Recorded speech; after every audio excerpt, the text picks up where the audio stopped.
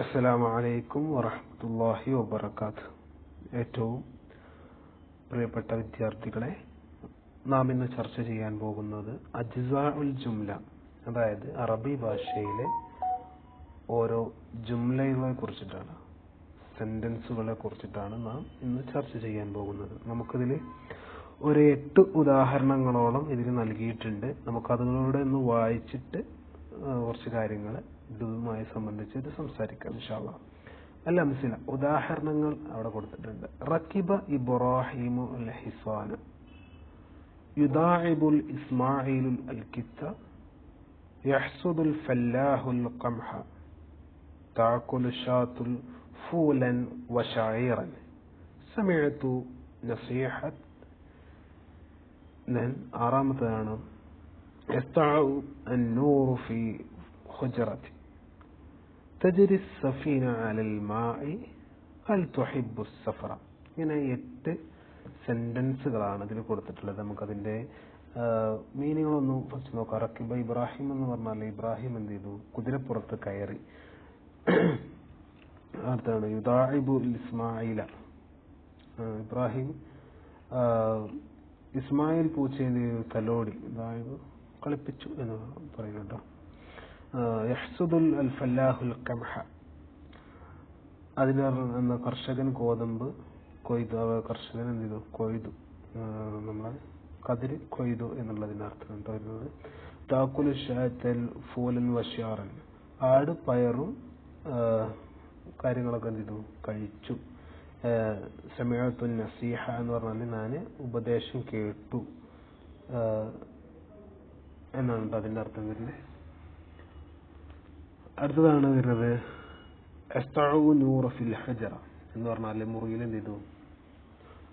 പ്രകാശം പരന്നു, അല്ലെങ്കിൽ പ്രകാശിക്കുന്നു എന്ന് പറയട്ടോ, പ്രകാശം. അത്തജ്രി സഫീന അൽ മാഇ, കപ്പൽ എന്ത് ചെയ്തു? വെള്ളത്തിലൂടെ സഞ്ചരിക്കുന്നു. അൽ തുഹിബ്ബു സഫർ, നിങ്ങൾ എന്ത് ചെയ്തു? എനിക്ക് യാത്ര ഇഷ്ടമാണോ എന്നുള്ളതാണ് ചോദിക്കുന്നത് കേട്ടോ. അപ്പോൾ ഇങ്ങനെയുള്ള കുറച്ച് കാര്യങ്ങൾ സെന്റൻസ് ആയിട്ട് പറയുന്നതിനാണ് എന്താ പറയുക, അജ്സാഉൽ ജുംല എന്ന് പറയുന്നത് കേട്ടോ. നമുക്കിതിന്റെ ബഹ്സ് ഒന്ന് നോക്കിയേക്കാം. അറഫ്ന ഫീ മാളിയ അൻ ജുംലത്തുൽ മുഫീദ തർക്കിബു മിൻ അജ്സാഇൽ ഹിയൽ കലിമതു ونريد أن نعرف في هذا الدرس أنواع الكلمات. فنقول إذا بحثنا فيه الجملة التي معنا وجدنا أن الكلمات لإبراهيم وإسماعيل والفلاح ألفاظ تسمى بها أشخاص، أن الكلمات الحصان والقط والشاة ألقاب تسمى بها أنواع من حيوانات، وأن القمح والفول والشعير ألفاظ تسمى بها أنواع من نبات، وأن حجرة السفينة والماء ألفاظ تسمى بها أنواع من جماد، وأن نصيحة والنور والصفر ألفاظها تسمى بها أنواع أخرى من معاني.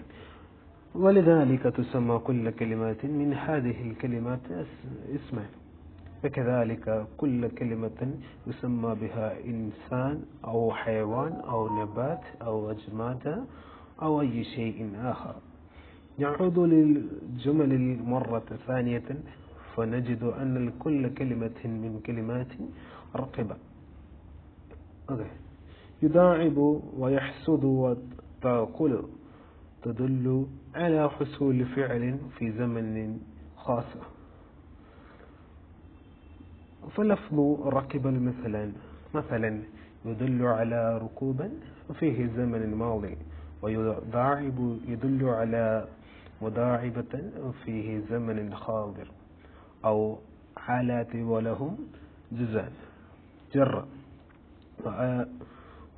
ولهم جر، ولذلك تسمى على كلمة من هذا النوع الفعل.